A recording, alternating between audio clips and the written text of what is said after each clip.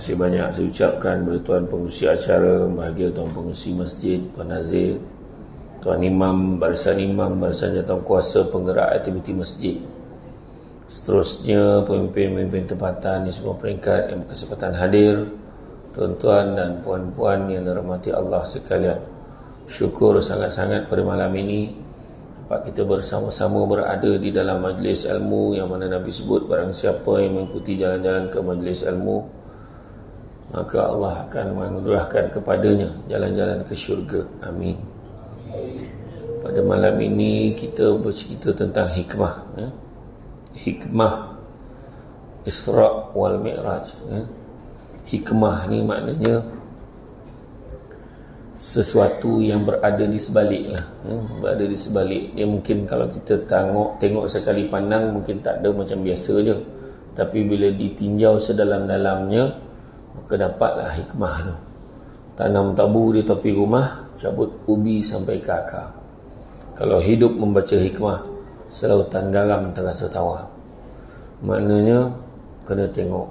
Kadang-kadang itulah hebatnya Nabi kata apa? Hebatnya umatku nanti apabila diberikan nikmat dia bersyukur, diberikan ujian dia bersabar. Macam mana dia bersabar? Sebab dia percaya adanya hikmah di sebaliknya. Contohlah kita nampak dalam internet, nampak gambar Syamsul Debat tunjuk good ni kan, pelaburan patuh syariah. Ramailah yang masuk, kena tipu. Syamsul Debat tak ada pun buat benda tu. Sepandai-pandai orang bangang juga tipu kat orang. Jadi dia masuk, dia kata dia percaya bayar 300 dapat beribu-ribu. Ramai yang masuk. Dah kena tipu baru tanya, Ustaz macam mana pelaburan ni, ada ke tak ada? Dah kena tipu baru tanya kan. Jadi ujian balalah pada setengah orang, sebab dia dah simpan duit tu bertahun-tahun kan, dia dah labur habis 10-15 ribu. Memang benda tu nampak macam musibah lah, memang musibah. Tetapi bila dia baca hikmah dia, bagus jugalah aku kono ni, supaya lain kali tak kena lagi. Satu. Yang kedua, bila dia dah jatuh sampai terduduk tu, kena tipu ke orang, barulah dia tahu hikmah ni. Berapa ramai kawan-kawan dia yang masih boleh datang tampil tolong dia. Macam itulah keadaan dia kan, hikmah dia. Kalau tidak dia tak tahu siapa kawan-kawan ni kan? Kalau tidak dia tak tahu siapa yang tolong dia. Selama ni kawan-kawan ni yang senang ramai kan. Time kita ada duit belanja makan ramai. Time kita lah tak ada duit minta kawan belanja makan tak ramai kan. Macam itulah tengok tuan-tuan kan? Macam malam ni time makan ramai. Contohlah kan, kan ada orang yang tak sampai lagi kangen makan. Dengan ceramah ni dia buyo dengan ceramah ni ponek ni kan. Saya baru je sampai daripada Kelantan Darul Naim, turun flight petang tadi, jadi terus kemari kan? Malam tadi semalam sebab ceramah di satu daerah di Kampung Kandis di Bacok, Kelantan, sebab nak kutip dana nak bina masjid kan, nak bina masjid. Berapa dah dia kata bajet nak cari 8 juta, yang dah ada baru 4 juta. So malam tadi ceramah, tapi petang semalam kenduri kan? Ramai rupa-rupanya sampai malam tadi ramai, memang ramai alhamdulillah. Macam sini memang dah biasa ramai kan, dah biasa ramai. Sampai belakang ramai. Yo tu kan. Macam itulah. Jadi makna kata usaha kita kan, usaha kita. Tengok ramai lempah mai keluar, orang perempuan dah mula riuh nak masuk. Sampai orang perempuan ni mana sana? Oh sebelah ya. Oh dia tak nampak. Sian. Yang dalam ni semua lepas asar tadi dah sampai. Yang belakang tu VIP. Cari dinding tu kan. Jadi kalau tengok tu semalam tengok ramai orang semua nak bina masjid. kapasiti masjid tu kata dijangkakan boleh memuatkan 3,500 orang. Siap eskalator. Saya kata orang rajin panggil saya ceramah ni untuk pembinaan masjid. Dah siap dah, so tak panggil dah. Saya okey kan. Saya okey kan. Mana yang panggil saya pergilah kan. Macam tu. Tapi cabaran yang paling besar adalah nak meramaikan orang kat masjid.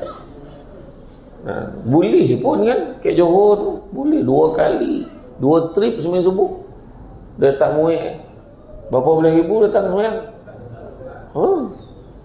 Lebih kurang ni lah ramai kan. Jadi makna cabaran dia boleh pula datang subuh ramai-ramai. Negeri Sembilan esok kan tak silap saya kan. Jadi makna tu cabaran dia, tapi boleh pun boleh kan. Macam tu jugalah cabaran nak bila cerita pasal solat, itulah dia hikmah di sebalik Isra wal Mi'raj ni, tentang pensyariatan solat tu. Macam mana solat kita berapa waktu. Asalnya 50 waktu sehari semalam. 50 waktu tu kan. Yang 5 waktu pun dah lain macam kan. 50 waktu bayangkan. Itu asal dia. Itu sebab ni, itu orang kata macam kalau kita tengok tu preview lah. Preview dalam TV tu drama tu kan, tengok tahu cerita ni, kena tengok ni. Macam tu lah, kena tunggu sampai ke habis ceramah kita pada malam ini kan. Jadi umat Islam seluruh dunia memang akan mengadakan sambutan Isra Mi'raj ni kan. Dan kebiasaannya ramailah yang nak mendengar cerita cerita adalah macam-macam versi. Tiap-tiap tahun lebih kurang sama, penceramah berbeza, tiap-tiap tahun menu pun lain-lain walaupun binatang yang sama. Kadang-kadang dah buat dah ceramah daripada kecil sampai ke besar, 30 tahun dah saya dengar ceramah Isra Mi'raj ni seorang tu dah 40 tahun, seorang tu dah 50 tahun. Makna benda nampak perbezaannya. Dulu mana ada macam ni mana kan. Masjid pun dah bertambah-tambah dah bayanaan bangunan dia kan? Tapi perangai sama kan? Penceramah macam-macam dah datang. Tahun lepas lain, tahun ni lain, tahun depan back forum contoh kan. Tapi perangai sama. Sebab apa? Sebab hikmah tu tak sampai dalam hati kan. Macam tu. Ramai waktu malam ni saya jangkakan penuh sampai ke dataran depan. Sebab kereta saya pun dia tak bagi masuk tadi. Sah betul lah kan. Sebab nak kosong kan agak ramai kan. Itulah. Saya okey lah tuan-tuan kan. Depan tu bukan tapak pasar tak ni pagi tu kan. Esok ada tak? Ada tak? Okey lah, boleh lah, tak payahlah balik dalam tunggu sampai besok kan? Jadi mana kata kalau kita tengok bila cerita Isra Mi'raj ni masih dia bukan tak tahu, semua tahu dah, cuma nak refresh ya sikit, nak mengingatkan balik kan. Ada terlupa kan. Bila bercerita Isra Mi'raj ni spontan terbayang kisah perjalanan Rasulullah SAW daripada mana? Makkah ke Madinah. Mana? Makkah ke Madinah, confident dia kan. Tu semua tu lah. Sangat lapar tu kan. Kan. Perjalanan Nabi daripada Masjidil Haram ke Masjidil Aqsa. Okey, lulus kan. Jadi perjalanan Rasulullah SAW ni bersama dengan malaikat Jibril dan Mikail ni bolehlah dibahagikan kepada 2 fasa. Fasa pertama Isra, yakni perjalanan Nabi Muhammad SAW menaiki binatang yang bernama Burak dari Masjidil Haram di Mekah ke Masjidil Aqsa di Baitul Maqdis, Palestin ya. Burak ni tuan-tuan nak cari sekarang kat mana? Sebelah utara. Burak oil. Saya tak berani isi minyak tu. Aku macam linap pergi kan. Mana pula dia nak berhenti? Tak sampai berhenti dah sampai Saman. Kan, sebab kelajuan dia tu kan. Manakala yang fasa kedua Mi'raj. Mi'raj tu pula tu menegak.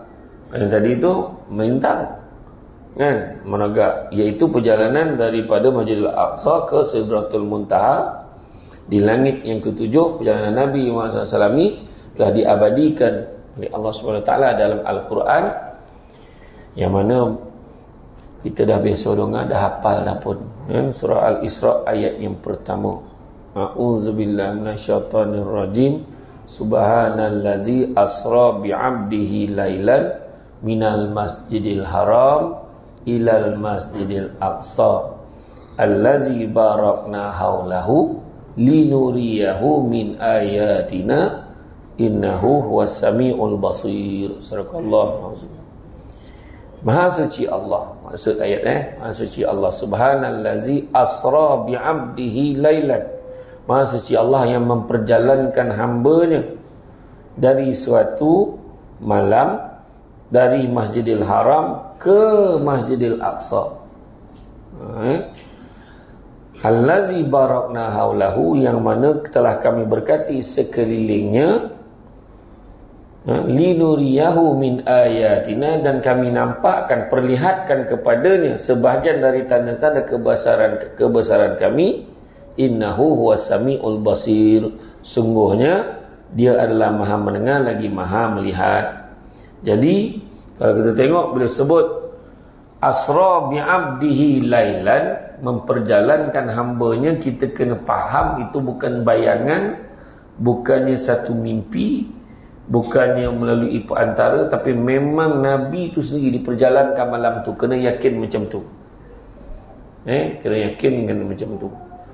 Kita hari ni tak ada masalah nak percaya, sebab kita hari ni banyak benda-benda yang tak boleh. Contohlah, nak laju sampai kan, contoh bayangan Bongak Kelantan, jadi tidak kau ada Kelantan ni, orang tak heran pun, sebab ada kapal terbang, kan. Macam arwah abah saya dulu kata, kalau daripada Seremban pergi ke Thailand sejam naik kereta tu. Macam mana lah bah, jam ni satu dia gambar tu, arwah abah saya jawapan satu jam pakai tu kan, gila sampai 10 jam tu kan, seorang kan, satu lah jam perjalanan. Naik kapal terbang orang tak heran, sejam boleh sampai, yang sejam setengah boleh sampai. Tetapi cerita ketika zaman Nabi, kalau kita hidup zaman Nabi mungkin susah nak percaya. Sebab apa yang paling laju masa tu? Kuda, unta pun tengok mood. Kau ada malih duduk terpeletok kaki kan. Sebab unta ni dia ada mood bapak dogi puihnya kan, dia tak mau, time dia tak mau sahabat macam mana pun. Nak pula dia kecewa dengan unta betina tu. Adalah kan cerita panjang cerita tajuk cerita unta pula kan. Tapi macam itulah. Jadi makna kata paling laju tu lah kuda, ataupun orang berenang sebut horse, kuda. Jadi sekarang ni macam mana nak percaya? Susah nak percaya kan. Itu yang Abu Jahal lah orang paling seronok sekali bila dengar Nabi kata satu malam dia boleh sampai sana, patah balik lah tu. Round trip, not one way trip, balik satu malam settle. Gila tu Abu Jahal. Let lu, kau jangan cerita lu, nanti lu aku kumpul ramai-ramai pun seronok cerita ni, sebab nak kenakan Nabi kan. Jadi asra, kalau kita cakap bukannya roh Nabi diperjalankan, kalau roh Nabi dah tentu ayat asra bi ruhi abdihi, dah tentu roh tu dia disebut ayat. Tak, asra bi abdihi, Maha suci Allah yang memperjalankan hambanya pada waktu malam tu. Memang Nabi sendiri diperjalankan satu malam menaiki burak. Macam mana kelajuan burak ni? Lebih laju daripada kelajuan cahaya. Tak ya faham kelajuan cahaya tu macam mana? Ambil lampu celait, torchlight, orang kampung panggil celait kan. Kita tekan torchlight kan, tutup lampu, tekan cap kan, lampu tu terus nampak dekat tu. Kita nampakkan lampu torchlight kan, bulat kan tu kan, sepantas mana dia menyala dekat dinding tu. Contoh kat dinding lah, berapa bulat tu, berapa pantas, dia lebih pantas pada tu. Tu kena faham. Ya. Tak ada lah, geng-geng ride pun tak dapat beat lah. Saya tahu ada geng-geng ride ni. Dia kalau tangan macam ni tu dia ride tu. Dia biasa. Ya, tengok dia.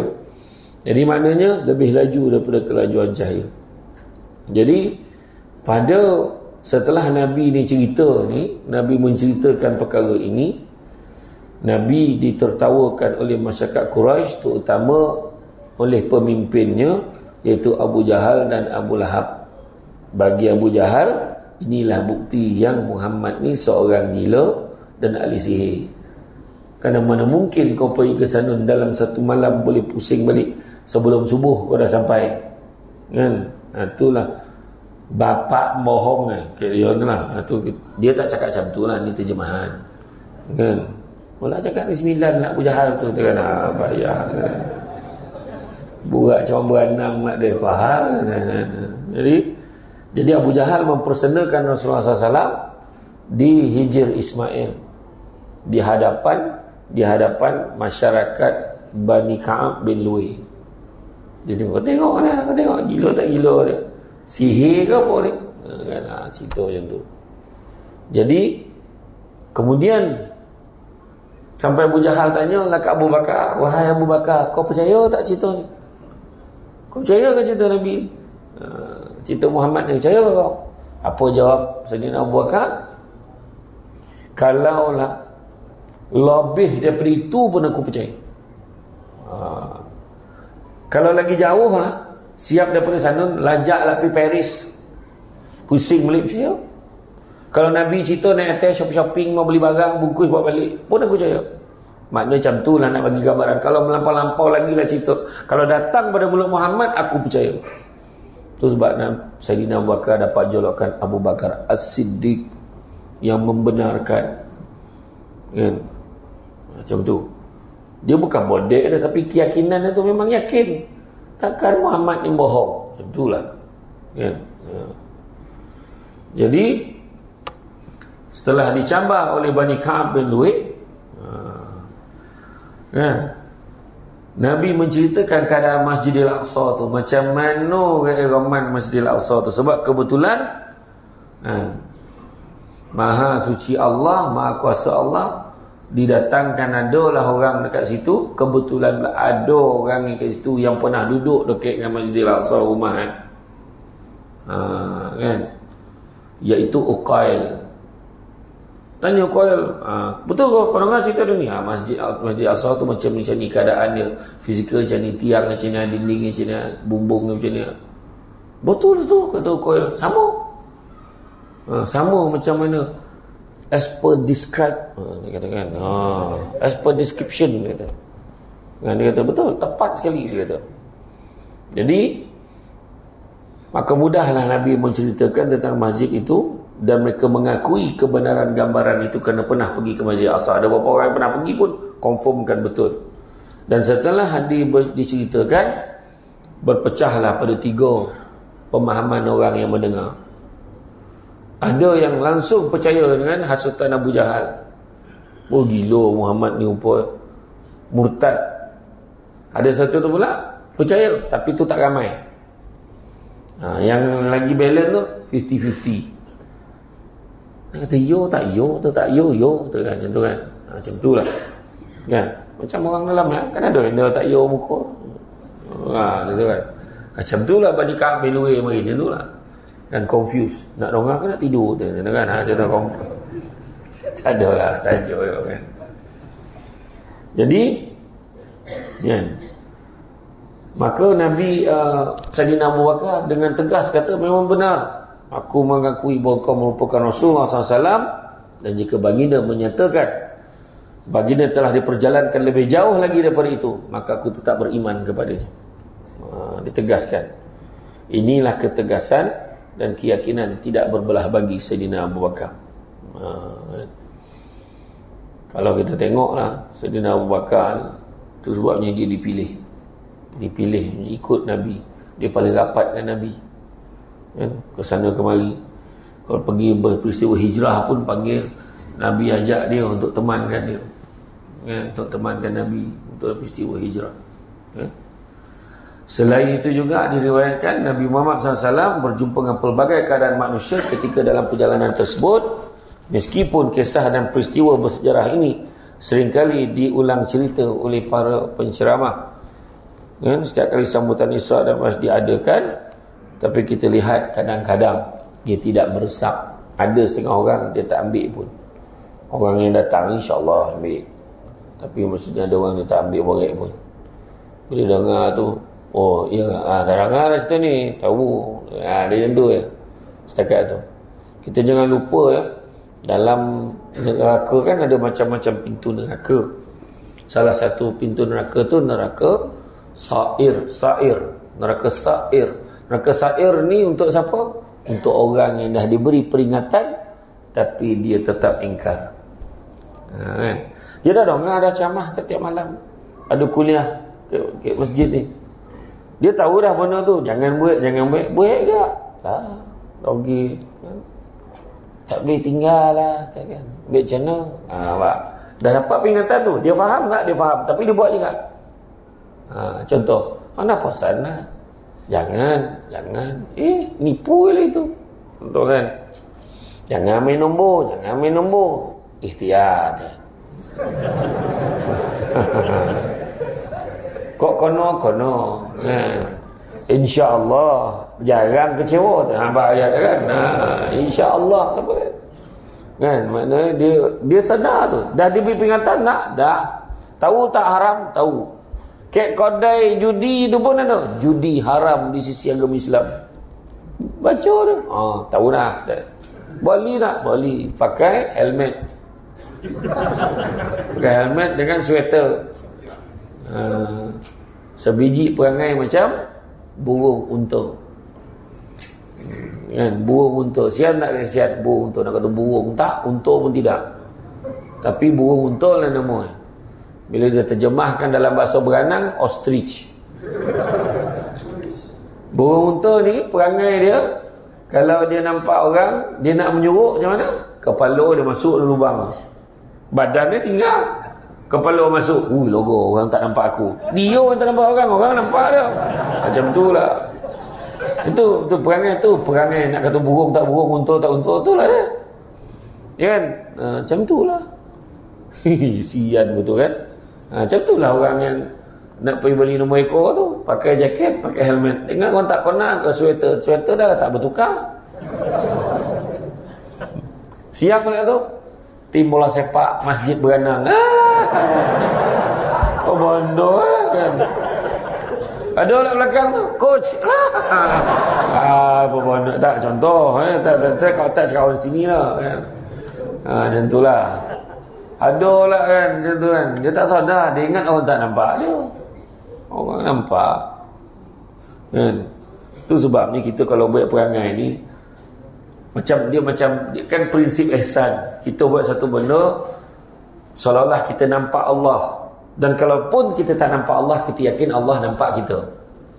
Macam orang kerja kat kedai makan lah, bila toke dia bos itu kat cashier, macam mana perangai kerja rumah, dia lap meja ni, bawah meja pun lap ni, sah baik dia terbalik tangan terbalik, baik betul. Sekali bila bos saya tak ada, macam tu gak rajin, sebab ada CCTV. Bukan sebab dia baik mana lah, tak ada. Dia nampak CCTV tu, ini jangan-jangan bos nampak dan dekat kan, nampak? Macam tu lah. CCTV Allah lagi lah pula, tak nampak mana dia amat, tapi Allah nampak kita. Nampak tak? Tu dia. Tu sebab Syekh Ibrahim Adham bagi tahu, kalau nak buat maksiat, jawab dulu 5 soalan ni. Kau boleh settle 5 soalan ni, kau buatlah maksiat. Yang pertama, kau cari tompet yang mana Allah tak nampak kau, mana datang ni. Yang kedua, kau jangan makan rezeki yang Allah bagi. Tak apa lah. Yang ketiga, kau jangan duduk ke atas muka bumi Allah, cari muka bumi lain. Okey, beranang ke satu tanah, tak tahu siapa punya, tu Allah Ta'ala punya orang. Yang keempat, waktu malaikat maut datang nak cabut nyawa kau, kau minta tangguh. Besoklah datang. Nak dengar ceramah tu malam, besok tak apa dah. Tak copek, tak lembek. Kau Nabi lain? Nabi lain. Nabi Allah siap pesan ke malaikat maut, kau pakailah lawak, wangi-wangi, kau nak jumpa kekasih aku. Kau bagi salam dulu. Kalau dia bagi masuk, bawa kau masuk. Dia tak bagi masuk, jangan kau masuk. Nabi dia pakai macam tu. Kita tiba dah togak depan kita orang. Sampai dia dah. Iya. Arwah hatuk saya. Nama saya Syamsul Amri bin Haji Ismail. Jangan tanya oleh dah ya. Dia tanya, apa lah nama abah debat lah. Bangang betul kan. Itu nama gola tahu. Syamsul Amri bin Ismail. Ismail bin Lebay alias. L alias. Nama atuk saya. Arwah atuk saya ni, dia sakit pinggang ni. Telefon dia suruh pakai masa tu mana? Telefon pakai telegram kan dulu kan. Balik kampung. Bukan telegram handphone. Kau tak lahir lagi masa tu. Saya masa tu dah jadi dua. Saya dah jadi dua masa tu.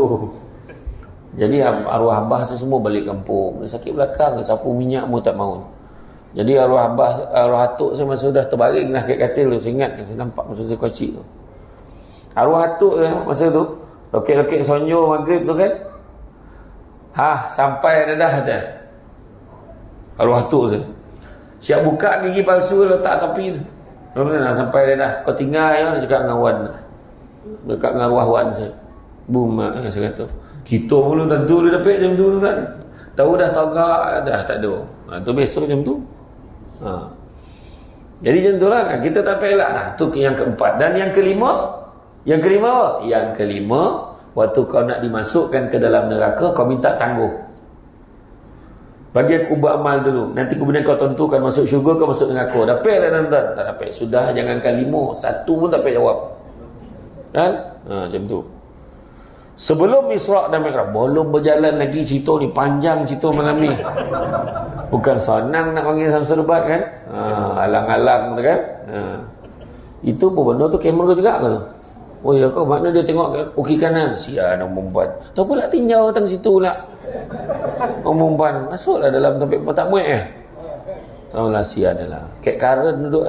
Kangkok koreh kangkak jaga.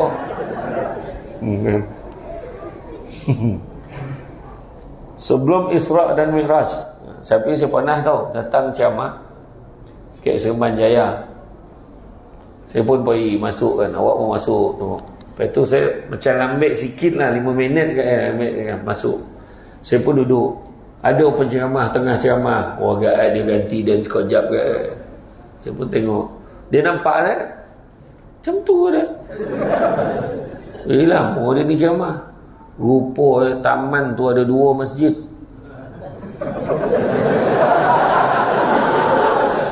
Salah masjid saya tuan-tuan. Cakap tuan ke mana kita dah tunggu ni lah. Salah masjid kau patut dah relax ada jemaah kan. Macam tu lah. Pergilah pergi. Tapi insyaAllah malam ni tak salah dah kan? Terfikir juga kau salah tadi. Sebab dia tak bagi saya parking malam tadi. Saja jadi point tuan-tuan. Di sebelum Isra' Mi'raj kan, Nabi Muhammad SAW mengalami pembedahan dada, dibelah dada Nabi kan, yang dilakukan oleh malaikat Jibril dan Mikail. Hati baginda dicuci dengan air kowe apa? Air apa? Air Zam-Zam. Air Zam-Zam. Macam-macam air sebut air kowe, air lebuju, macam-macam lah air kan. Air badak lah apa tak, air Zam-Zam. Apa hebatnya air Zam-Zam? Hebatnya air Zam-Zam adalah air Zam-Zam ni satu-satunya air yang mana mujarabnya, hebat khasiatnya ikut apa yang kita nak. Doa kita apa? Macam tu. Robot air Zam-Zam. Dia semayang tak, poi tak, air Zam-Zam nak. Orang tu balik minta air Zam-Zam kan. Semayang tak, apa tak, macam mana kan. Dan hebat air Zam-Zam ni pernah dikatakan, bayangkan air Zam-Zam tak koreng-koreng sampai ni. Pernah istana Arab Saudi tu, pernah dia buat yang panggil kontraktor tu, buat tu tobokkan apa dia punya pipe tu, buat salur sampai ke istana. Setelah berapa bulan, supaya senang sampai ke istana, dia tinggal nak pusing tak berebut dengan yang lain tu. Dia tadah je tu, kena ambil macam tu lah. Apa tak keluar air? Nak beritahu air tu kan untuk kau dah. Untuk satu dunia kan, untuk umat Islam seluruh dunia. Nampak tak? Tu hebat air Zam-Zam ni. Tak dapat dia nak adjust macam tu. Kalau kau nak benar, kau tadah, kau bawa. Ataupun tak bawa, kau bawa betul-betul pergi kan. Macam tu ya kan. Tu hebat air Zam-Zam. Pernah dia upah seorang penyelam profesional menyelam ke dalam tu. Setengah jam tak timbul-timbul. Lepas tu bila dia keluar, biru muka. Kenapa dia kata? Memang dia kata hebat, tapi dia tak pek nak cerita tu. Macam tu lah air Zam-Zam kan. Anak ni, ya Allah, anak aku ni, ya Allah, berdagi, ya Allah, mudah-mudahan kau mudahkan, torangkanlah hati yang minum, insyaAllah. Tapi kena yakin. Kita ni orang tak yakin. Minum mudah-mudahan codik kau. Dalam hati kita, ya tidak. Memang tak jadi. Kita sih tak yakin. Doa kan tu kan doa. Ya tidak kan. Iya.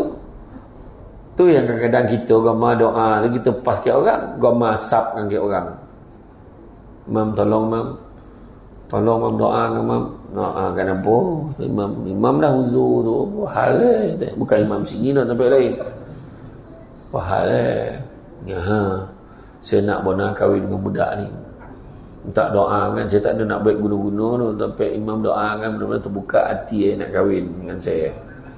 InsyaAllah malam ni dah ada 3 doa. Malam sok boleh.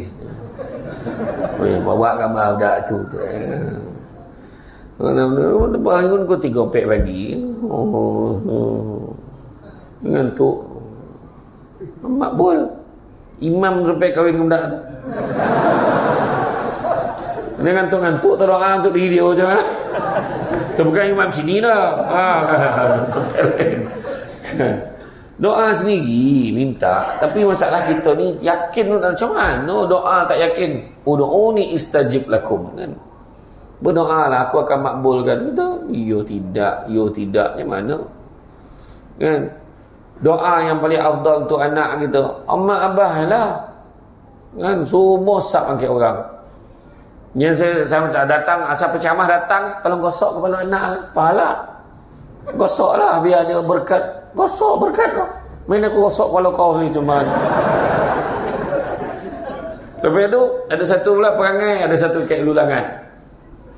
Semua penceramah datang kat surau tu semua suruh tahnik anak ni. Tolong tahnik anak saya ustaz, tolong tahnik anak saya. Budak tu dah berdiri. Tua bangko membondo. Alah boleh lah. Mai sini kau. Tak kau. Kau buat. Tahu pun tak ada orang ni. Macam-macam kan. Dia masa dia baby tu kan. Banyak tu sunnah Nabi tu.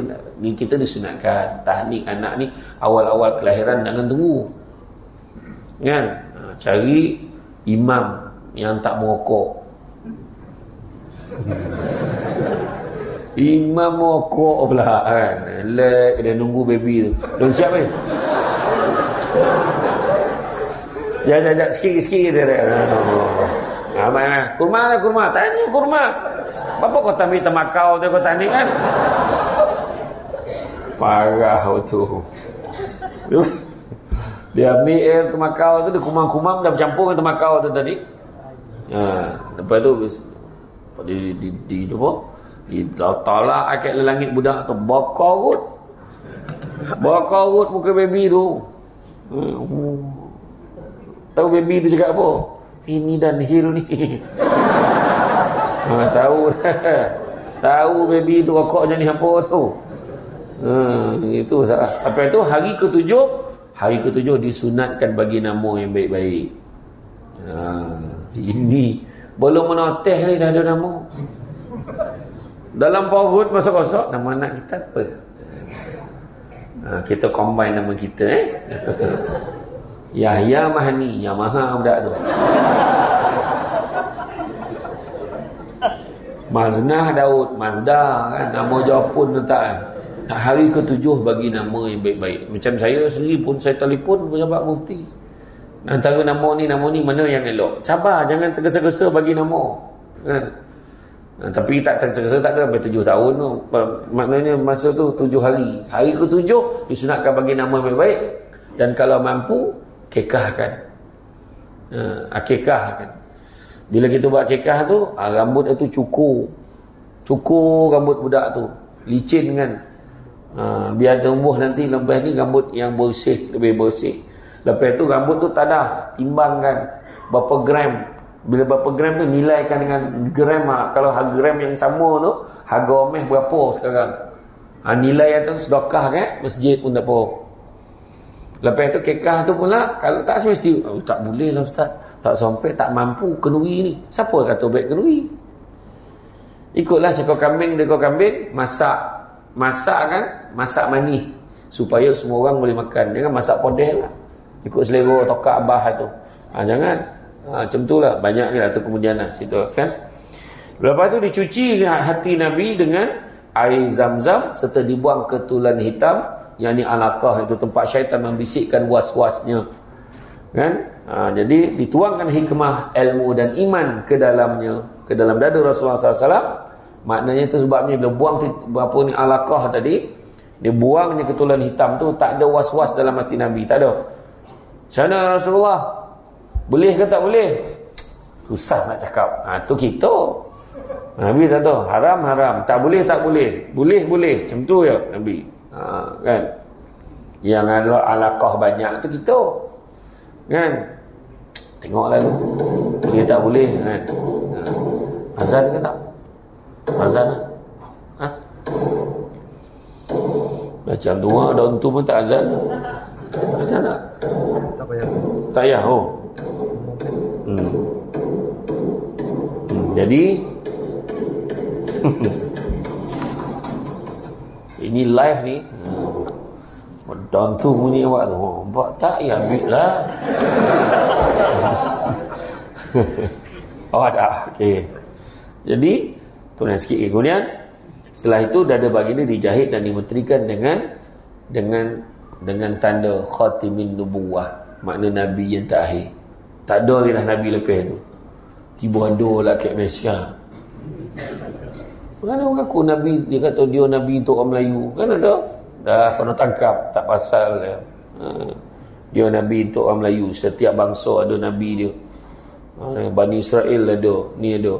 Sekarang aku lah Nabi untuk orang Melayu. Semayang pun tak cukup cerita. Itu lah. Jadi lepas itu, selepas selesai pembedahan, didatangkan binatang yang bernama Buraq untuk ditunggangi oleh Rasulullah SAW dalam perjalanan luar biasa yang dinamakan Isra. Kan?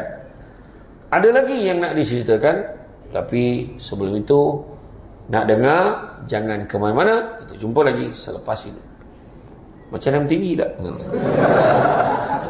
Nak bagi feel kan. Jadi dengan ini, dengan lafaz yang mulia Bismillahirrahmanirrahim, dengan ini saya melancarkan kutipan dana pengurusan dan pengimarahan masjid. Sumbangan boleh disalurkan kepada petugas-petugas yang telah dilantik, terdiri daripada pelajar tahfiz. Silakan. 2 orang ni kok. Pompe. Cuba adik. Pandai kan, pilih muka-muka yang apa kan. Cuba. Okey. Nombor akaun masjid berapa? Nombor akaun. Kalau ada yang nak transfer online ni, yang ramai tengok live ni, mungkin ada nak transfer online. Ada tak nombor akaun ni? Sebab saya baca kan. Ataupun minta aja ke masjid, tengok dekat live tu mungkin.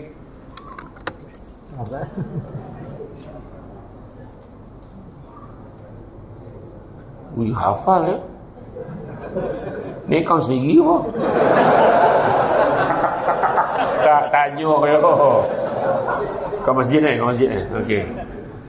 Kau masjid Raja Alang akaun Maybank 562021604282. Sumbang pada semua yang tengah tengok live ni daripada rumah, boleh menyumbang juga. 562021604282. Minta aja ke masjid, tengok live yang ada tu, tolong tulis bahagian komen tu nombor akaun ni kan. Tulis nombor akaun ni, mana kat tahu kan ada yang nak transfer online, yang tengah bersemangat ni, dia nak transfer. 5620 2160 4282. Mana yang tak bawa duit tu tak usahlah berlakon mana. Pakai kain plekat bebek gabur lah. Mana datang poket kain plekat tu. Aduh. Transfer tak apa. Transfer insya-Allah kan. Ya. Okey. Tak apa sambil-sambilnya. Tu kalau pelajar tahfiz tu bagi, yang dekat current tu bagi. Itu banyak nak bagi tu. Okey. Jadi perjalanan dari Masjidil Haram ke Masjidil Aqsa, sepanjang perjalanan Isra itu Nabi Muhammad SAW diiringi, ditemani oleh malaikat Jibril, tiba di tempat-tempat tertentu, tempat yang mulia dalam sejarah. Rasulullah SAW diarah oleh Jibril supaya berhenti dan bersolat sebanyak 2 rakaat. Nampak? Sampai tu berhenti solat. Macam itulah kita akan pergi ke mana-mana, jangan lupa solat. Kemudian di antara tempat-tempat itu adalah negeri Thaibah, iaitu Madinah hari ini, tempat di mana Rasulullah akan melakukan hijrah. Dia kata, tak lama lagi kau akan disuruh oleh Allah Ta'ala untuk berhijrah ke sana. Nabi tak ada tanya pahala, tak ada. Sebab Nabi akur, dia tahu dah lepas ni. Sebab Nabi apa Allah Ta'ala suruh, buat lah. Tak ada banyak cerita. Itu yang patut kita kena faham hikmahnya. Kemudian di Bukit Tur Sina, di mana tempat Nabi Musa AS menerima wahyu daripada Allah Subhanahu Wa Ta'ala. Begitu juga di Baitul Laham, tempat Nabi Isa AS dilahirkan. Dan dalam peristiwa itu juga Nabi Muhammad SAW menghadapi gangguan jin afrit yang mana diganggu dengan api jamur. Macam api menyulang-nyulang tu, mengacau Nabi ni. Nak distract, nak cuba halang, nak cuba kacau Nabi. Nabi takut. Tak nak lah, ingat macam tu kan? Tak. Macam itulah kita. Kalau baik-baik, tentu ada halangan. Tentu ada ujiannya. Nak pergi masjid pula lah. Kan? Nak pergi masjid, tiba-tiba drama pula. Aduh, hai. Drama hati tercari luka. Dah habis dah drama tu kan. Ya tak perempuan? Drama dah habis. Kita tak tengok lah, berak lah. Kan? Betul, cabaran tu. Tengah ni tengah sodap pula. Orang lama pula tiba-tiba keluar lah cerita Hindustan lama. Kan, lagu Mak Rafi pula. Kalau tunggu dah lekor. Contohlah kan, halangan. Abang nak pergi mana? Abang nak pergi masjid. Kalau abang ni kata nak makan sama. Dah terpeletok. Besok lah pergi masjid. Kan, bininya hal. Kan, anak pula abang kata nak pergi pasal malam. Tak iyo pula pada janji tadi kan. Tak apalah, besok lah pergi masjid. Nampak? Jadi tu halangan tu, dugaan dia. Tapi kena kuat lah.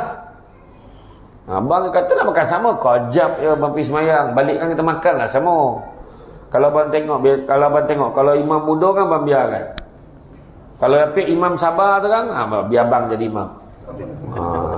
Imam sabar ni dia lain sikit, bukan sini tempat lain. Imam sabar ni macam-macam. Bismillahirrahmanirrahim. Tak, yang kita ambil qul a'udzu birabbin nas malikin. Orang lah cakap duduk doreh lah. Tak lebih.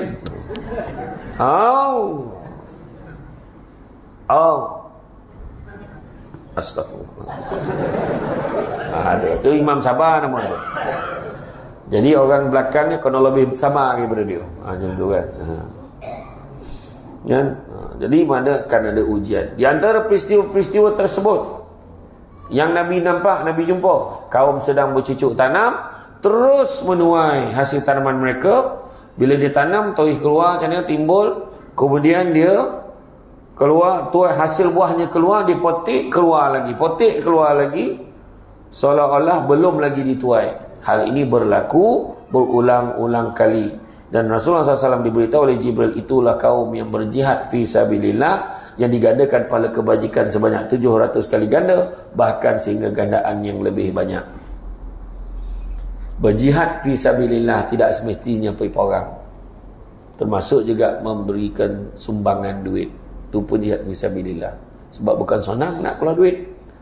Lama dah pegang duit tu. Kan? Jadi tak, bagi tak ni. Dalam surah Ali Imran Allah Ta'ala beritahu apa? Belum sempurna kebajikan seorang mukmin selagi mana dia tidak menginfakkan sebahagian pada harta yang dicintainya. Datangnya karung tadi, budak ni kutip sumbangan, kita pun tengok dalam poket. Tinggal dua hal lain. Satu RM5, satu RM50. Bagi yang paling kita sayang, RM5. RM50 ni saya tak sayang mana tau. Siap dah, tahulah saya habis kan. Wah, tu siapa kau nak bohong tu? Kan? Jadi bukan senang. Jadi kalau kita tengok dalam surah As-Saff, kan? Ayat 10, 11, 12, 13, maukah jika aku tunjukkan kamu satu perniagaan yang dapat membebaskan kamu daripada dapat memberikan kamu, akan dapat membebaskan kamu daripada api neraka. Apakah dia? Apa satu perniagaan yang sangat menguntungkan, yang tidak akan rugi, dia kata.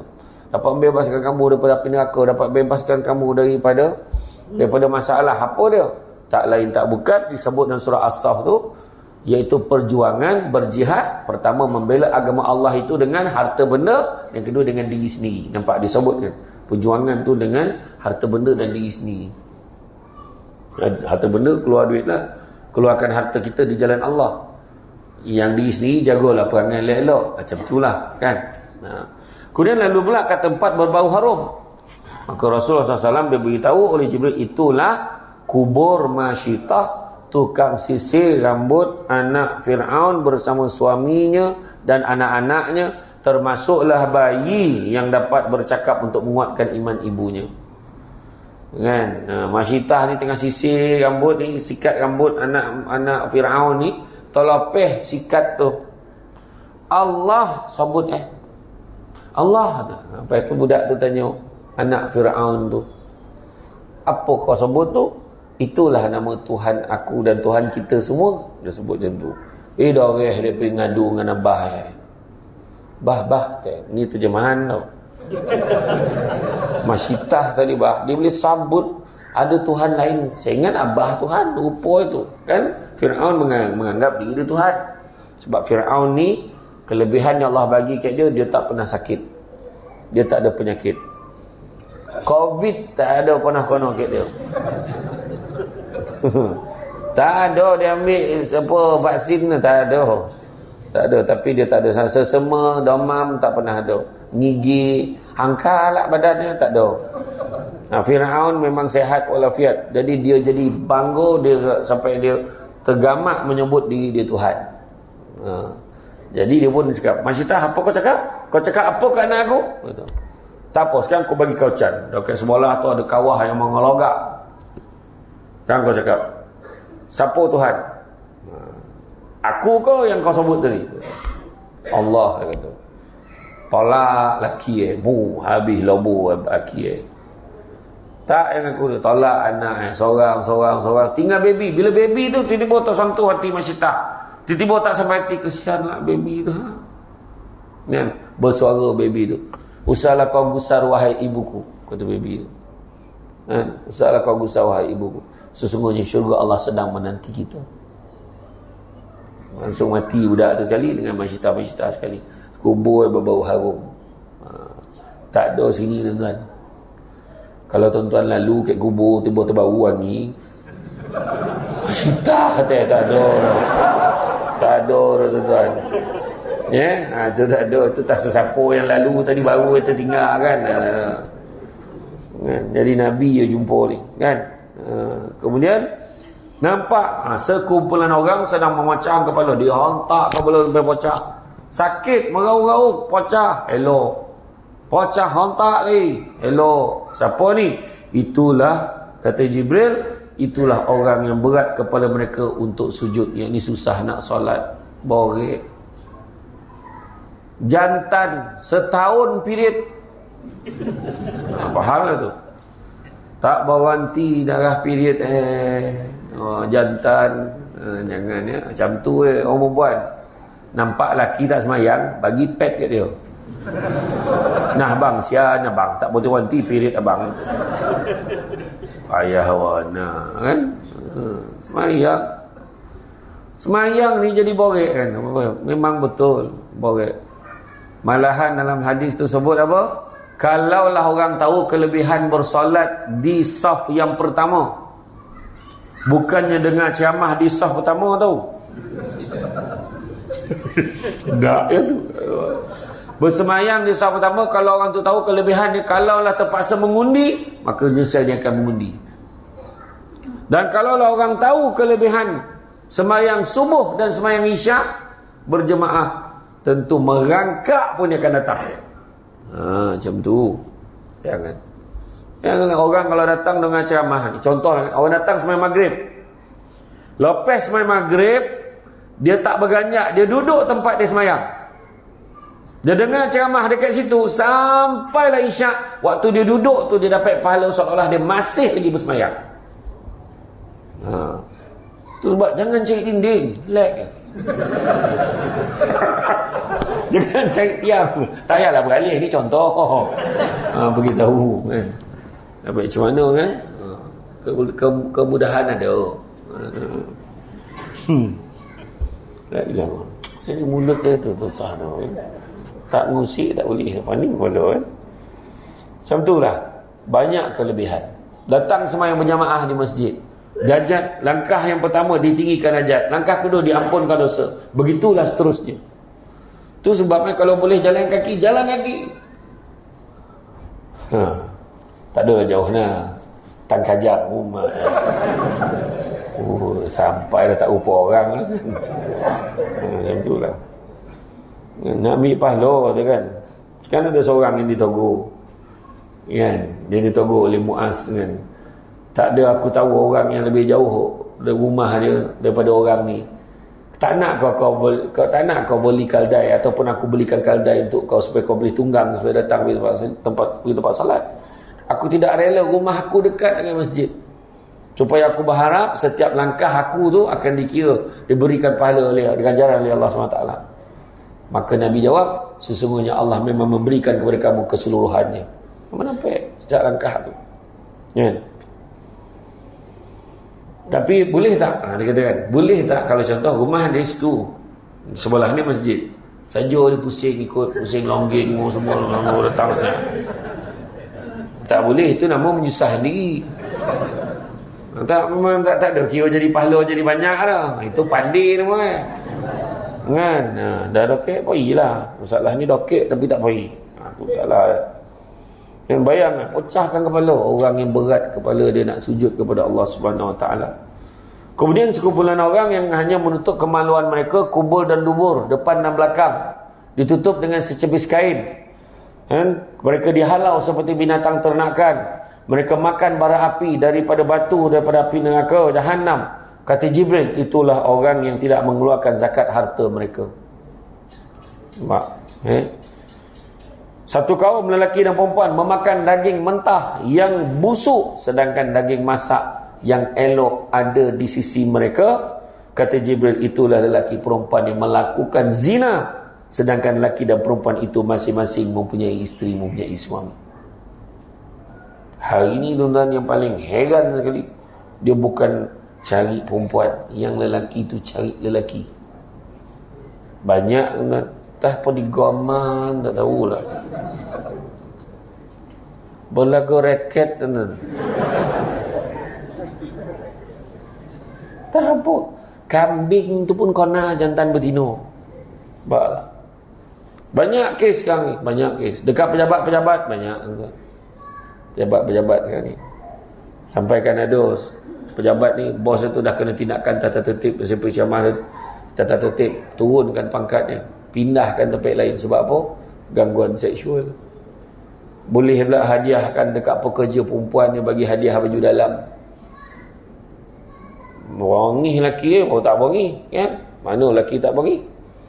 Yang tu belum cerita lagi, bos-bos ni hantar mesej dekat staff, suami you tak ada malam ni bolehlah kita tidur sama kan?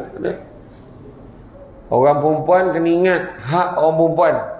Ingat, mengadu, report, jangan biarkan gangguan seksual macam tu. Jangan biarkan orang perempuan.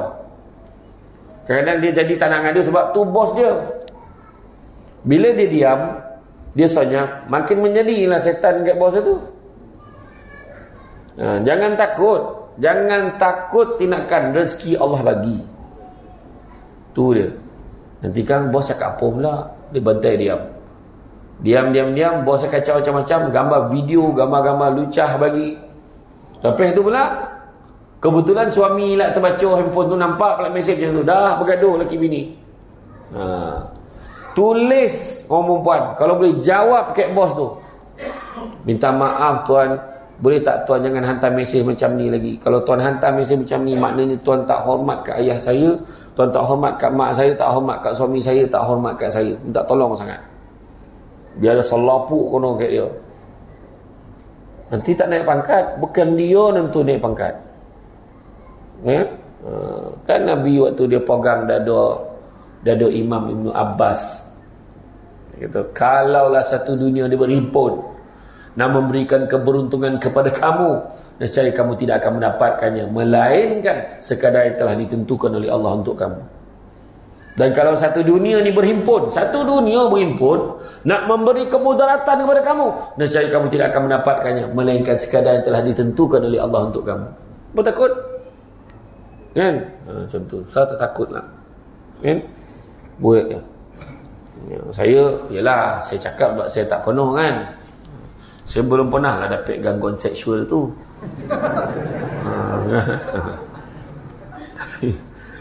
Tapi kita apalah kan. Tapi maksudnya saya nak beritahu terutama orang perempuan, jangan takut, tolonglah. Benda ni kesan jangka panjang dia tak baik. Bila kita biar jadi dia. Banyak tuan-tuan. Lelaki ni yang kadang dia nak test market. Mana tahu untuk sabut timbul kan.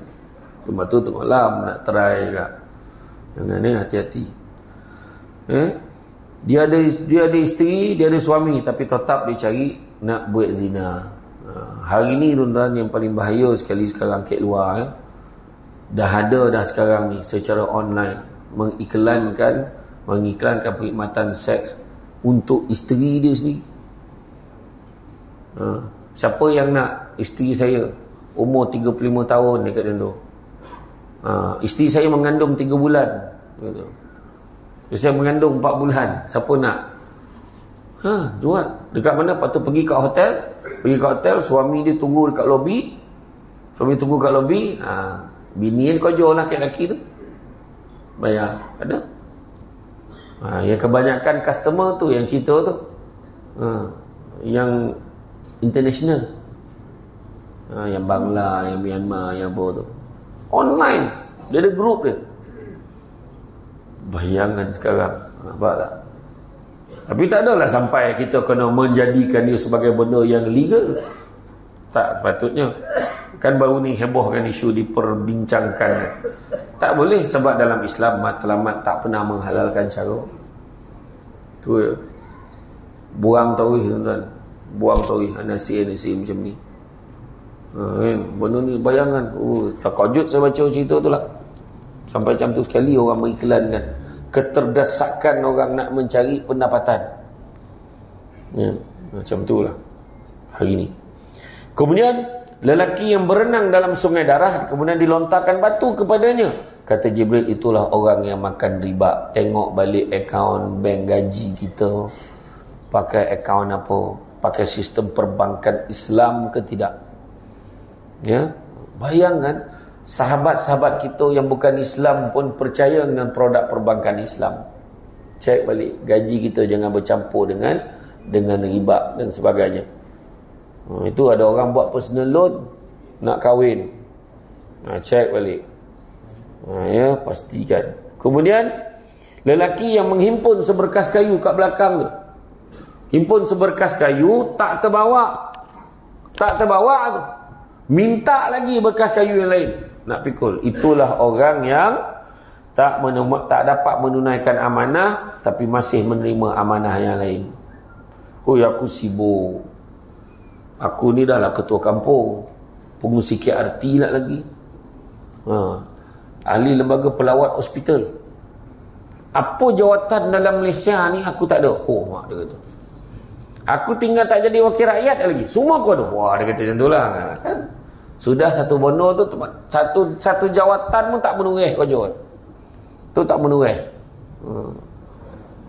Macam mana Tak apa nak explain, tak menurih lah kan. Macam tak optimum lah kan. Tak deliver. Ayat. Meranang tak apa kan. Tak deliver sebenarnya. Dia deliver tapi tak senonoh, tak sepenuhnya, tak solid. Tak efektif. Macam itulah. Macam itulah. Jadi makna kata minta amanah yang lain. Iya. Sebenarnya kadang-kadang dalam kampung-kampung banyak je. Dia dah ketua kampung. Dia fungsi KRT lagi. Contoh, kadang-kadang dah confuse. Kadang ni dana ni untuk ni, tarik untuk program kampung. Contoh, logo lain-lain ni. Logo KRT, logo kampung, logo ni. Orang ni sama. Itu yang seorang nongok depan tu. Logo banyak. Contoh Tapi kalau memang dah orang pilih dia, fahamlah. Sebab laki pun dah mati, tinggal dia seorang je. Contoh dalam kampung tu kan. Contohlah kan. Ataupun yang berkaliber, dia seorang aja. Yang memang semua orang sepakat pilih dia. Sebab apa? Kebetulan dia imam. Orang sagan dengan dia. Dia kalau boleh tak nak, tapi orang yang nak dia, itu lain. Itu sebab nak jadi pemimpin kan bukan senang. Sibuk nak jadi wakil rakyat. Berbunuh-bunuhan nak jadi wakil rakyat. Kadang contohlah kan bukan senang. Konyang kau nak makan maki yang bunuh orang. Jangan main-main. Baru tahu ponik jadi wakil rakyat tak? Contoh. Tu dekat Indonesia, di Indonesia. Saya suka saya pergi Indonesia tengok dia tengah kempen sekarang kan nak naik gantikan Pak Jokowi. Kan dia kan mana ada lebih 2 penggal. Dia dah letakkan peraturan dia mesti 2 penggal paling banyak. Lepas tu bagi dah orang lain. Ya. Kita batuk lagi banyak dia bercakap. Nak dah itu. Beli ni. Iyalah, politik ni itulah dia kan. Saya tak sebut parti mana-mana ya. Tapi maksud saya tu maknanya kalau boleh bagi orang baru, bagilah orang baru kan. Terpulang lah. Tapi kalau ada orang nak dia tu lain. Anak dia tak apa, biarlah dia. Tak ada dah orang lain boleh ganti dia tu. Macam itulah keadaannya. Kemudian satu kaum yang sedang menggunting lidah dan bibir mereka dengan gunting besi berkali-kali. Setiap kali digunting, lidah dan bibir mereka kembali seperti biasa. Kata Jibril, itulah orang yang membuat fitnah dan mengatakan sesuatu yang dia sendiri tidak melakukannya. Dia fitnah orang satu. Kedua dia sebut, dia sendiri tak buat. Contoh, kau ada duit dan kali sedekah. Dia pun tak sedekah. Yang bercakap tu. Kau ni daripada kau pergi Korea atau baik kau pergi umrah. Nampak?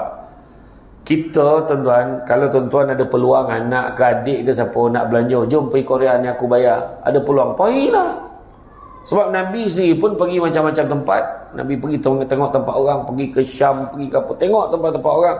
Pergilah, tak ada masalah. Dah ada peluang pergi, pula tu. Percuma, pergi. Kan? Ni nak ajak pergi Korea. Orang yang nongki dah pergi Korea baik kau pergi Mekah. Dia pun tak pergi Mekah cakap kan. Dah ada peluang pergi. Tapi kalau boleh pergi Mekah pergi. Ini ada satu hamba Allah ni. Poning boleh minta saya nasihatkan dekat Kelang ada seorang. Dia pun bini yang mujuk dia tak nak pergi. Pergi umrah tak naklah, nantilah. Bini jomlah bang ada peluang pergi ni, jomlah pergi. Tak nak pergi. Apa hukum haji? Wajib kalau mampu. Umrah sama je wajib kalau mampu. Kena pergi. Nak pergi haji memang payah sekali. Bukan apa. Sebab sekarang pun tahun ni yang pergi nak selesaikan tunggakan 2009. Yang belum pergi lagi. Itu siapa yang baru daftar hari ni, insya-Allah 2150.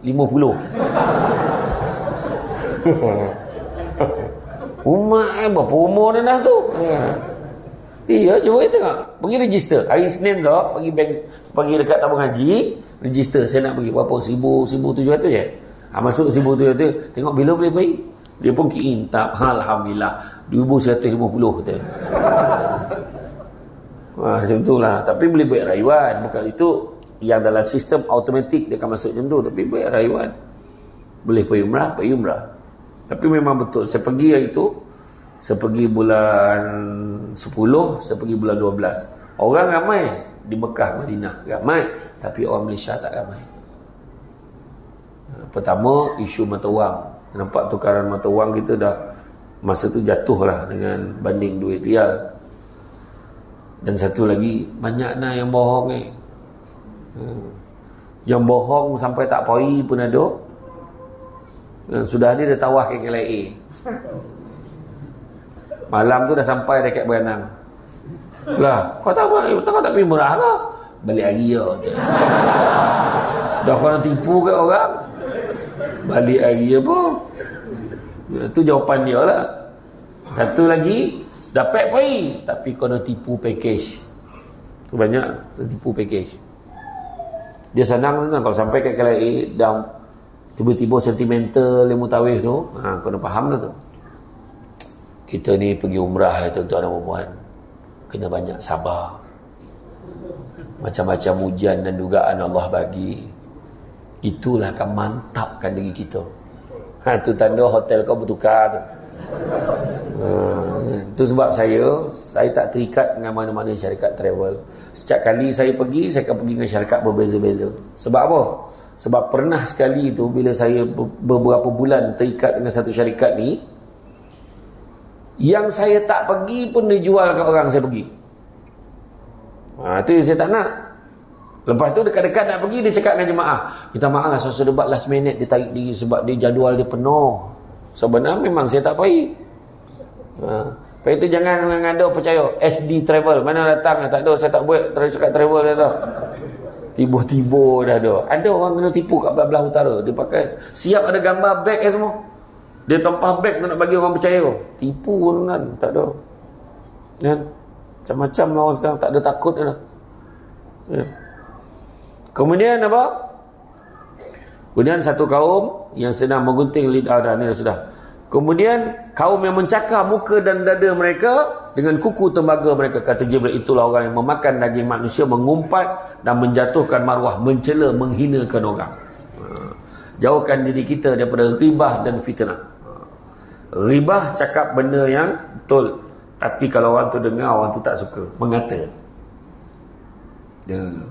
Fitnah cakap benda yang orang tu tak buat, tapi kita cakap dia buat.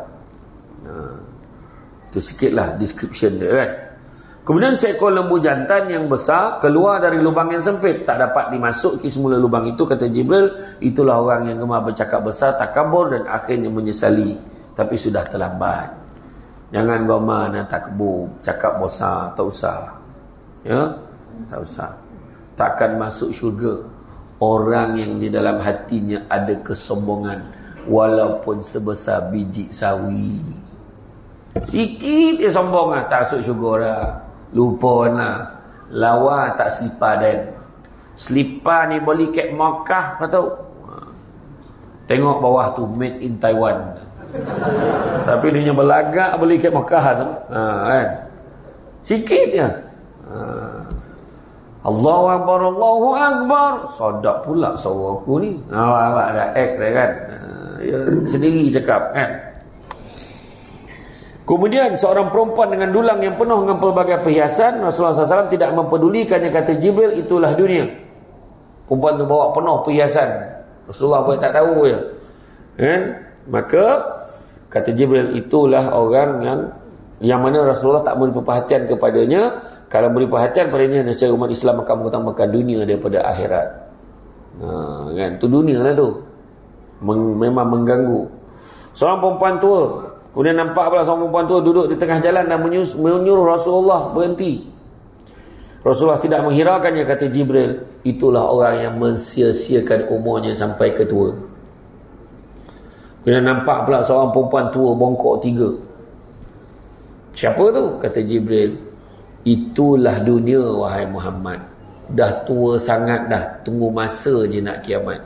Zaman Nabi dunia dah tua, zaman kita ni lebih lagi. Tandanya banyak betul tuan-tuan, banyak betul. Seorang ibu melahirkan tuannya. Ada tak? Ada anak yang memperhambakan ibu dia. Ada. Suruh mak jaga anak, bagi gaji 500. Lepas tu marah. Kan saya dah bagi duit kat mak. Mana apa lagi? Nampak? Mulut itu. Jangan tuan-tuan. Jangan. Marin masa kecil nak terberak, omak taman dan sebab jamban lain marin semua kat luar. Betul tak? Omak tam kat luar. Iyo, saya kat Batu Kikir marin, kampung Tikir marin. Saya dengan Abah saya tengok, tak nampak jamban ni. Kat luar. Arwah Abah, besok lah berak ada Abah. Abah dia kat tu. Iyo. Kan, saya pun apa? Tahan lah. Kaki perut tu, besok lagi. Iyo, dulu. Bilik air pula, dinding zeng yang cap limau tu kan. Dinding tu, mana ada bumbung. Masa mandi kolah tu, sojuk tu, rasa macam melintih-lintih tu.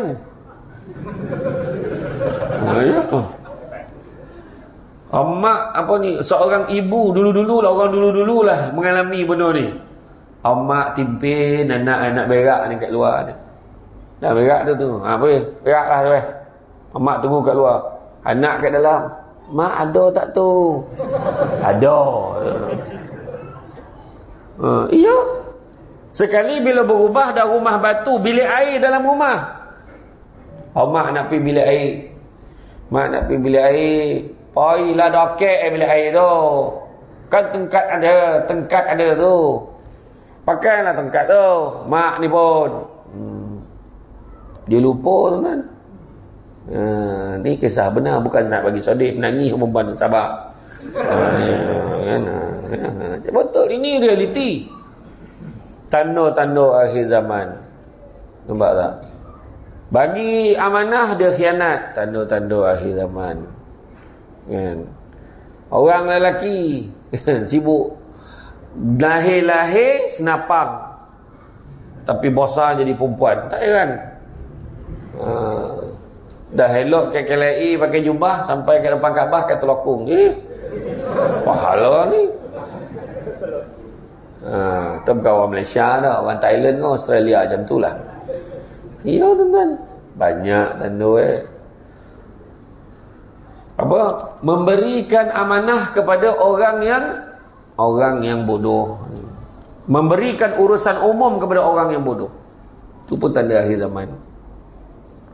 Bagi kojo orang ni, bagi amanah ke orang, dia apa pun tak tahu, tapi bagi kat dia. Contohlah, bagi orang yang latar belakang ni bukan yang perubatan, so dia jago perubatan, kan tak kono. Macam tu lah kira. Bendahari masjid, bagi orang yang matematik bangang macam mana? Kena lah cari orang yang pandai kira. Lepas tu rekod dia bagus. Dia ni dulu masa dia bekerja, dia ni memang teliti. Belanja-belanja, receipt semua memang cukup kemas bagus. Orang macam tu cari. Itu banyak lagi. Gambaran umur dunia yang sangat tua dan menanti hari kiamat. Setibanya di Masjid Al-Aqsa, Nabi Muhammad turun daripada Burak, kemudian masuk dalam masjid dan mengimamkan solat 2 rakaat dengan segala nabi-nabi dan rasul-rasul yang lain menjadi makmumnya. Macam itulah kedudukan Nabi kita. Bila Nabi Muhammad SAW terasa dahaga, lalu dibawa Jibril 2 bekas yang berisi arak dan susu. Rasulullah SAW memilih susu lalu diminumnya. Kata Jibril, baginda membuat pilihan yang betul. Jika arak itu dipilih, nescaya ramailah umat baginda yang akan menjadi sesat. Selesai satu perjalanan. Kemudian mula pula perjalanan naik ke atas ke Sidratul Muntaha. Naik di tangga pertama. Jumpa dengan Nabi Adam AS. Kemudian dapat melihat orang-orang yang makan riba dan harta anak yatim. Dan melihat orang yang berzina dengan rupa dan kelakuan yang sangat hodoh dan buruk. Penzina lelaki tergantung pada susu penzina perempuan. Di tangga kedua, naik tangga kedua pula. Lalu masuk bertemu dengan Nabi Isa AS dan Nabi Yahya AS. Naik di tangga ketiga, Rasulullah SAW bertemu dengan Nabi Yusuf AS. Naik tangga keempat, lagi keempat, kemudian Rasulullah SAW bertemu dengan Nabi Idris AS. Kemudian naik pula tangga yang kelima, bertemu dengan Nabi Harun AS yang dikelilingi oleh kaumnya Bani Israel. Naik di tangga ke-6. Itu sebabnya kalau kita sebut kan kadang-kadang Israel ni jahat. Sebenarnya kita kena sebut Zionis ni jahat. Sebab ni propaganda sebenarnya, kan? Sebenarnya Bani Israel tu keturunan Nabi, kan? Tu sebab kata ni Zionis ni, Yahudi Zionis ni jahat. Sebab ada yang Yahudi yang kat sana yang tak setuju sekarang ni, yang seko tu, yang menatai Nyahu tu, kan? Dia sekarang ni tengah risau tengah kedudukan dia, yang orang semua nak jatuhkan dia sebab dia pengurusan keuangan dia teruk. Jadi alasan dia nak bertahan tu, dia tawarkan porang. Tu cerita. Di tangga ke-6, di tangga langit ke-6, Nabi Muhammad SAW bertemu dengan Nabi-Nabi, seterusnya dengan Nabi Musa AS. Kemudian Rasulullah SAW mengangkat kepala, disuruh oleh Jibril, angkat kepala kau, cuba kau tengok. Maka Nabi nampak 70,000 orang umat Nabi. 70,000 orang tu pula bawa lagi 70,000 setiap seorang. 70,000 tu bawa lagi 3 layer. Itulah yang dapat masuk syurga tanpa hisap. Mudah-mudahan kita yang hadir malam ni termasuk salah seorang daripada golongan itu. Amin. Di tangga langit ke-7, masuk bertemu dengan Nabi Ibrahim Khalilullah sambil menghadap, bersandar dihadapi oleh beberapa kaumnya. Pada ketika itulah dia beritahu, Nabi Ibrahim beritahu dekat Nabi kita, Nabi Muhammad SAW, dia kata, ya Allah, tak pernah aku tengok umat yang paling masakin sekali. Masakin, daif, masakin tupa. Tak faham pula masakin, miskin. Tak pernah aku tengok umat yang paling miskin, paling daif sekali. Umat kau lah wahai Muhammad, kurus kering. Kurus kering tu maksudnya bukan kurus kering tak makan, kurus kering dengan amal ibadah dia. Umat kau lah. Ya ke? Ya. Kau suruh umat kau tanam tanaman syurga. Apakah dia? Itulah dia, la haula wala quwata illa billahil aliyil azim. Untuk makluman semua, itu adalah khazanah daripada syurga yang Nabi Ibrahim bagi kat Nabi kita, yang dapat pada umat Nabi Muhammad SAW saja, tak dapat pada umat sebelumnya. Nabi tahu. Sebab la haula wala quwata illa billahil azim. Dalam satu riwayat kata, subhanallah alhamdulillah wala ilaha illallah wallahu akbar wala haula wala quwata illa billahil azim. Amalkan. Itulah namanya hawkil. Kemudian kita melihat beberapa peristiwa Rasulullah SAW dan Jibril masuk ke dalam Baitul Ma'mur dan bersolat atas Baitul Ma'mur. Ini betul-betul atas Baitullah di Mekah.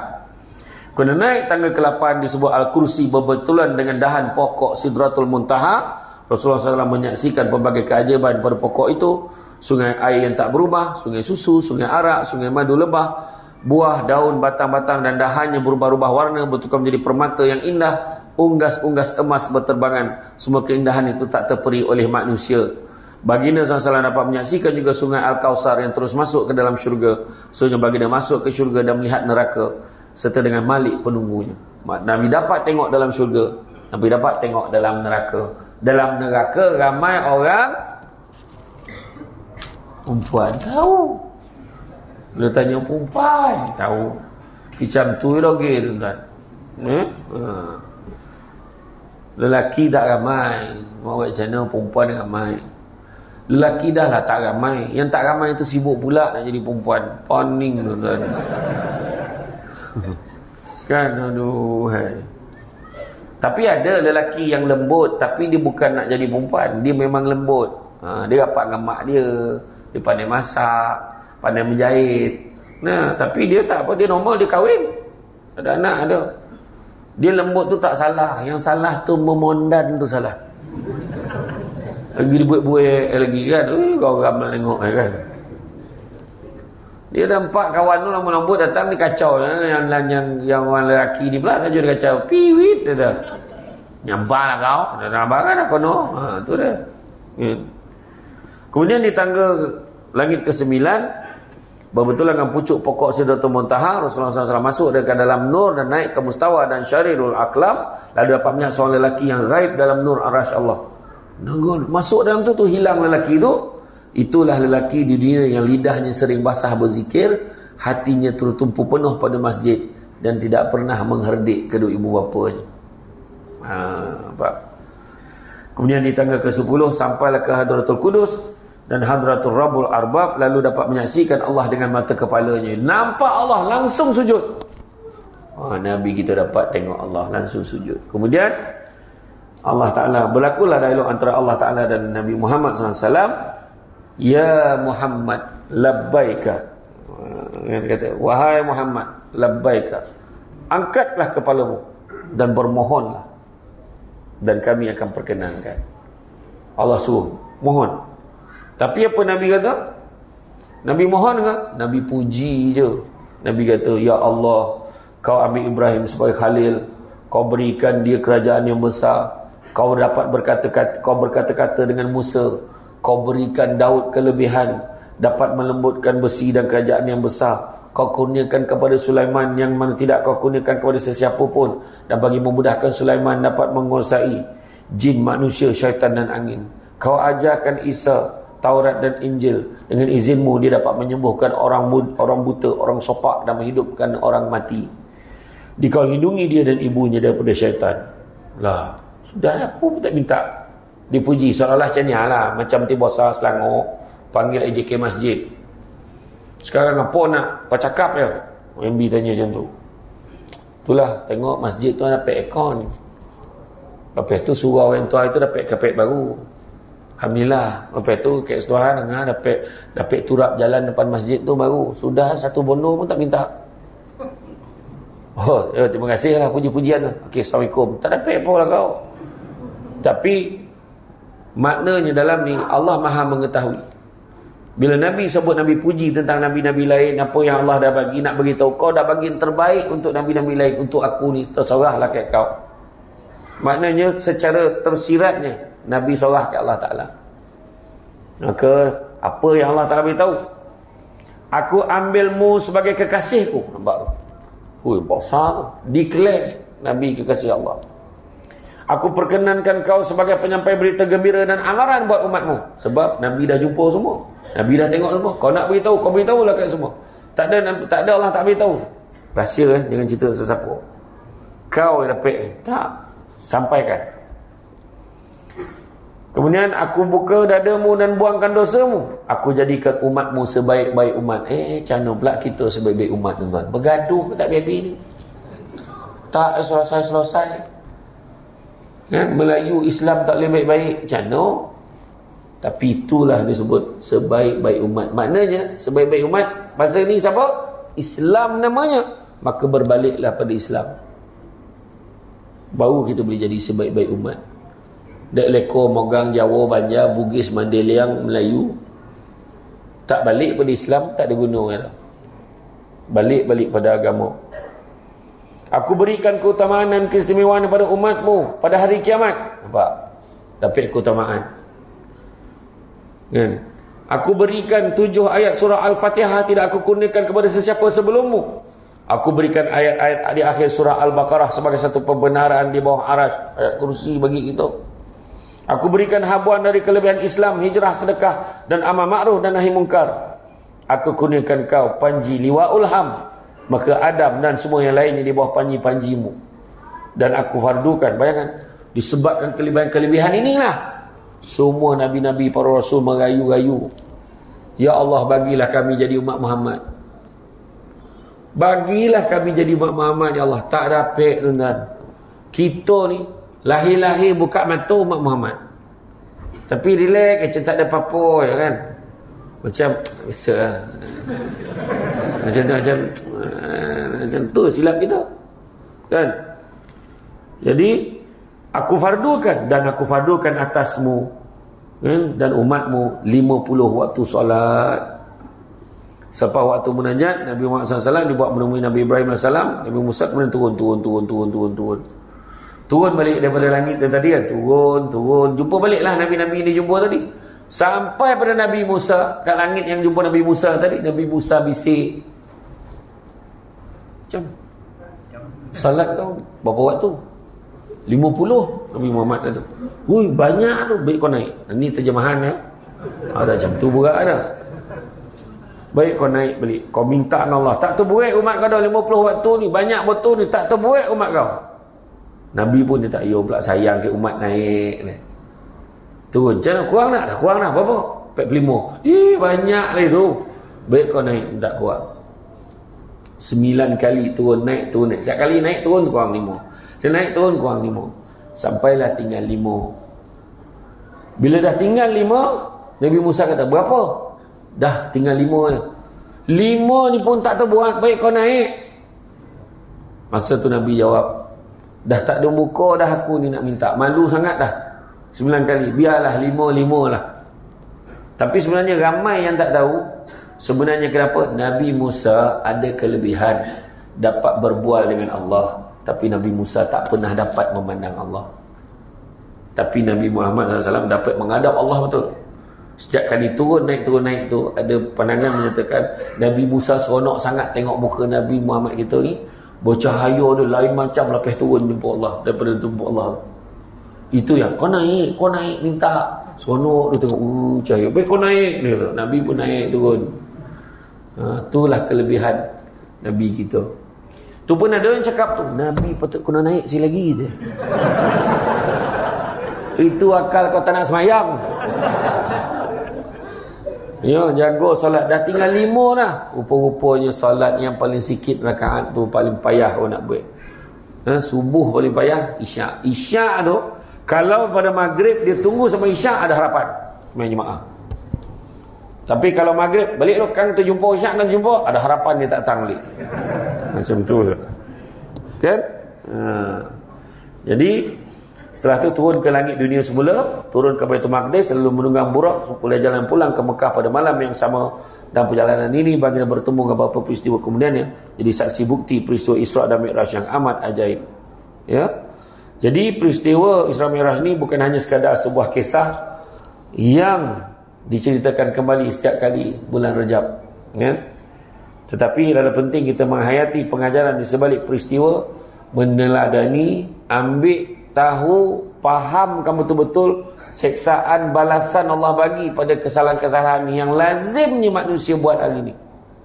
Jadi pastikanlah kita, beringat yang saya kata neraka Sa'ir tadi, dah beri peringatan, dia buat juga, dah beri peringatan, tak apalah kan, sebab kita tidak benar-benar, kalau macam tu lah kita tidak benar-benar beriman kepada Allah dan Rasul, tuan-tuan dan perempuan sekalian. Jadi cukuplah sekadar tu saya faham, cara pandang tu saya faham. Dah macam tu menang kan? Jadi saya faham lah tu. Jadi Isra Mi'raj ni membuktikan kebesaran Allah, menguji akidah dan keimanan, gambaran kehidupan dan balasan di akhirat, dan waspadalah dengan godaan syaitan dan perancangan halus musuh-musuh Islam. Salat adalah kemuncak kepada ibadah. Ingat, bila kita mati besok, soalan pertama Allah Ta'ala akan tanya adalah salat. Dan banyakkanlah muhasabah diri, kan, apa kesalahan kita, apa kita buat supaya kita tidak melakukannya lagi. Jadi tuan-tuan dan puan-puan, itu saja daripada saya. Mudah-mudahan saya dah lama tak ceramah sampai 9.30. Mana memang ngambotu ceramah malam ni, terima kasih banyak lah. Dah lama tak live, malam ni kita live banyak siaran. TV3 ada, TV7 ada, kan, macam-macam buat liputan malam ni. Terima kasih banyak. Mudah-mudahan mudah-mudahan, bak kata orang, cantik dipandang rumah penghulu, kayu tu okey dari papan. Alang-alang menuntut ilmu, sebutir pasir kembang galah menjadi intan. Sebab panjangkan, amalkan. Jadi itu saja daripada saya, cuma sedikit makluman. Saya nak maklumkan, kalau tuan-tuan dan perempuan ada masa, di luar sana ada banyak, tadi saya nampak booth yang buka, termasuklah satu meja ajaib yang mana tim saya ada buka tu. Bukan untuk diambil, tapi untuk dibeli. Jangan main sauk buat balik kan. Yang pertama ada sambal crispy mengidap, air tangan Mak Samsul Debat. Berita baiknya memang sadap. Harga dulu RM15 sebokeh, hari ni alhamdulillah masih RM15, tak naik harga. Yang kedua ada madu kelulut, sadap juga. Madu kelulut ni saya jamin, sebab kat luar sana terlalu banyak yang jual madu dicampur dengan gula. Yang ni saya jamin, sebab tim saya sendiri curah dalam botol. Kemudian harga dia RM60 sebotol, beli 2 100. Kemudian ada juga minyak wangi SD perfume, RM35 sebotol. Dia ada satu tagline, tak mandi pun wangi. Satu lagi susu kambing, Susu kambing al-am. Ni orang perempuan dah ramai ambil dah, saya tahu. Susu kambing al-am, susu kambing campur kurma, campur madu yang diizinkan. Faham ya? Maknanya madu labah, bukan madu yang berdiri tu. Susu kambing ni bagus, dia tak ada bau sebab dia tak pakai kambing beranang. Dia tak pakai kambing Malaysia, pakai kambing daripada Holland, Belanda, tak ada bau. Kemudian dia baik untuk GERD, gastrik pada hati, minum sekali pagi sampai petang pun tak masuk angin. Baik untuk orang sakit lutut, sakit tumit, pijak, sakit tangan, kabeh-kabeh tu elok insya-Allah. Imam Masjid Firdaus Palung 12 6 bulan sembahyang kat kursi, alhamdulillah boleh sembahyang macam biasa. Dia baik untuk orang yang enzima, kata-kata kulit alergik. Ingat dia minum, bukan mandi, minum. Baik untuk orang perempuan yang mengandung, baik untuk ibu dia, baik untuk baby dalam perut, untuk elakkan jaundice, demam kuning. Dia juga baik untuk orang perempuan yang hormon merayau-rayau, untuk kejap awal, kejap lambik, kejap taman apa bolehlah minum. Tetapi mana dah tak ada tu, tak salah cari. Dah tak ada, kau minum datang dia balik joki. Hari ni dia offer satu kotak 45, siapa beli 2 80. Tu yang original. Ada perisa yang baru, iaitu susu kambing coklat dengan kopi susu kambing.